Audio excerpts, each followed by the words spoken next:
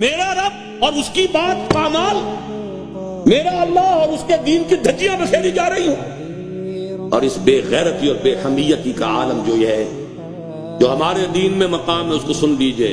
اللہ نے وحی کی حضرت جبرائیل کو علیہ الصلوۃ والسلام، فلاں فلاں بستیوں کو الٹ دو، سدوم اور عمورہ کی بستیوں کی طرح عذاب ہلاکت نازل کر دو۔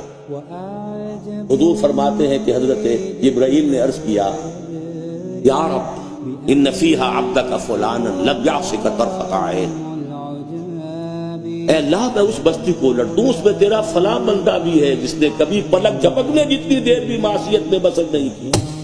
وہ فرماتے ہیں اللہ نے ارشاد فرمایا، اقلبھا علیہ وعلیہم، الٹو اس بستی کو، پہلے اس بدبخت پر پھر دوسروں پر۔